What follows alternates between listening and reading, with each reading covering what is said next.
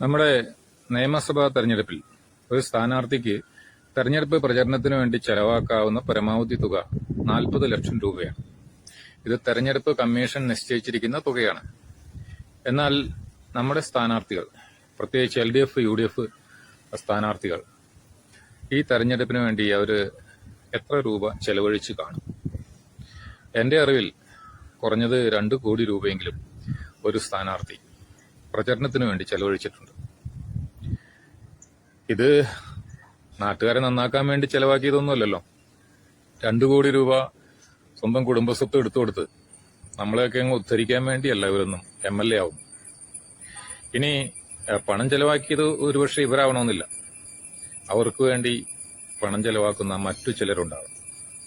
അവര് നമ്മുടെ നാട്ടിൽ അഴിമതി കാണിക്കുന്നവരും, അല്ലെങ്കിൽ ഒരു MLAയുടെ സ്വാധീനം ഉപയോഗിച്ച്, ഒരു രാഷ്ട്രീയ പാർട്ടിയുടെ സ്വാധീനം ഉപയോഗിച്ച് അഴിമതി ചെയ്യുന്നവരുമാണ്, അല്ലെങ്കിൽ പൊതുമുതൽ കൊള്ളയടിക്കുന്നവരാണ്. ഇത്തരം ആളുകളാണ് ഇവരെ സ്പോൺസർ ചെയ്യുന്നത്.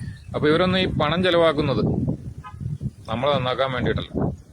അങ്ങനെയാണെങ്കിൽ ഏറ്റവും അധികം പണം ചെലവാക്കിയ MLA സ്ഥാനാർത്ഥിയായിരിക്കും അധികാരം കിട്ടിയ ശേഷം ഏറ്റവും അധികം അഴിമതി നടത്തുന്നത്.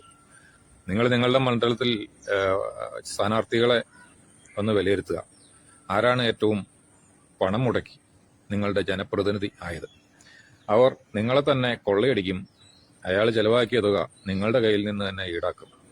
അത് ഉറപ്പാണ്. Subscribe and follow me.